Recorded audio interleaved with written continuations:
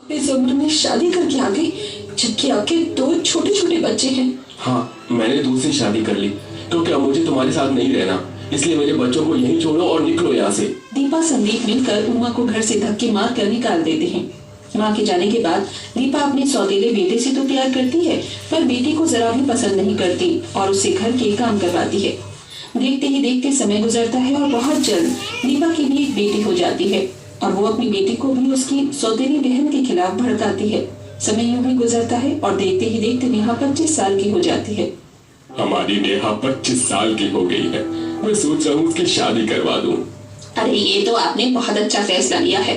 अब तो ओम भी काम करने लगा है और हमारे पास पैसों की क्या कमी है। जानता हूँ दीपा, इसलिए नेहा की शादी की जिम्मेदारियां मैं तुम्हारे कंधे पर छोड़ रहा हूँ और सोच रहा हूँ कि बिजनेस की ट्रिप के लिए चला जाऊँ।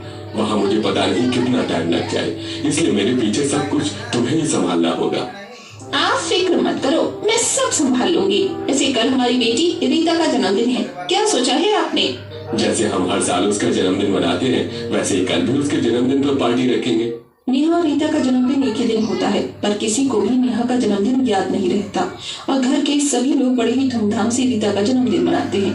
समय यूं ही गुजरता है और दीपा नेहा का रिश्ता एक गरीब घर के लड़के से तय कर देती है और बहुत जल्द नेहा की शादी तरुण नाम के बेहद गरीब लड़के से हो जाती है। पर ससुराल जाकर जब दीपा अपनी ससुराल देखती है तो उसके होश उड़ जाते हैं। मेरा ससुराल इतना गरीब है क्या?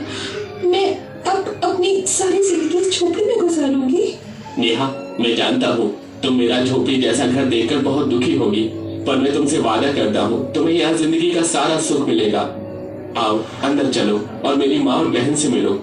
अब नेहा अपने पति के साथ अंदर जाती है, जहाँ वो अपनी सास को देखकर अचंभित रह जाती है।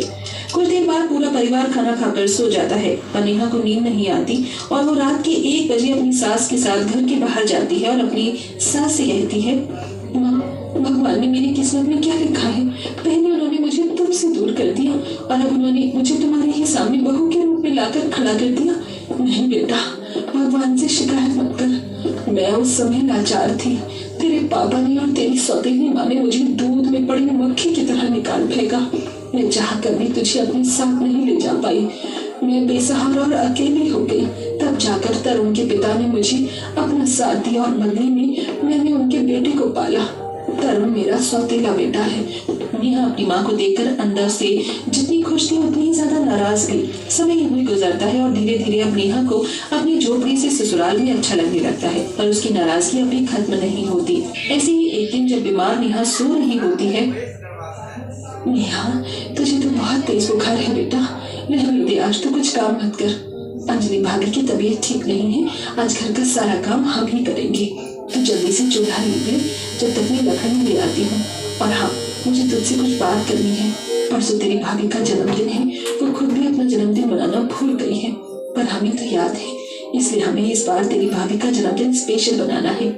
माँ तुम फिक्र मत करो, भाभी के जन्मदिन पर मैं पूरा घर फूलों से सजाऊंगी और भाभी के जन्मदिन को बहुत खास बना दूंगी। देखते ही देखते 2 दिन बीत जाते हैं और नेहा का जन्मदिन आ जाता है। नेहा सो रही होती है और रात के 12 बजे अंजलि और उमा मिलकर उसका फेवरेट चॉकलेट केक बनाती हैं और उसे उठाती हैं और उससे केक कटवाती हैं और अगले दिन उसकी पसंद का खाना बनाते हैं और पूरा घर भी सजाते हैं। ये देखकर नेहा की सारी नाराजगी खत्म हो जाती है और वो अपनी माँ को गले से लगाकर कहती है, माँ तुम्हें आज भी मेरा जन्मदिन याद है? आखिरी बार तुमने ही मेरा जन्मदिन बनाया था, उसके बाद फिर कभी नहीं बना और उस दिन के बाद से आज फिर तुमने मेरा जन्मदिन सेलिब्रेट किया। नेहा बेटा, अब तो तुम मुझसे नाराज नहीं होना, अब तो तुमने अपनी माँ को माफ कर दिया ना? हाँ माँ, मैंने आपको माफ कर दिया और अब मैं अपनी इस झोपड़ी से ससुराल में बहुत खुश हूँ। मेरा ये झोपड़ी का ससुराल उस महलों के मायके से ज्यादा अच्छा है। मैं यहाँ बहुत खुश हूँ। छोड़ दे।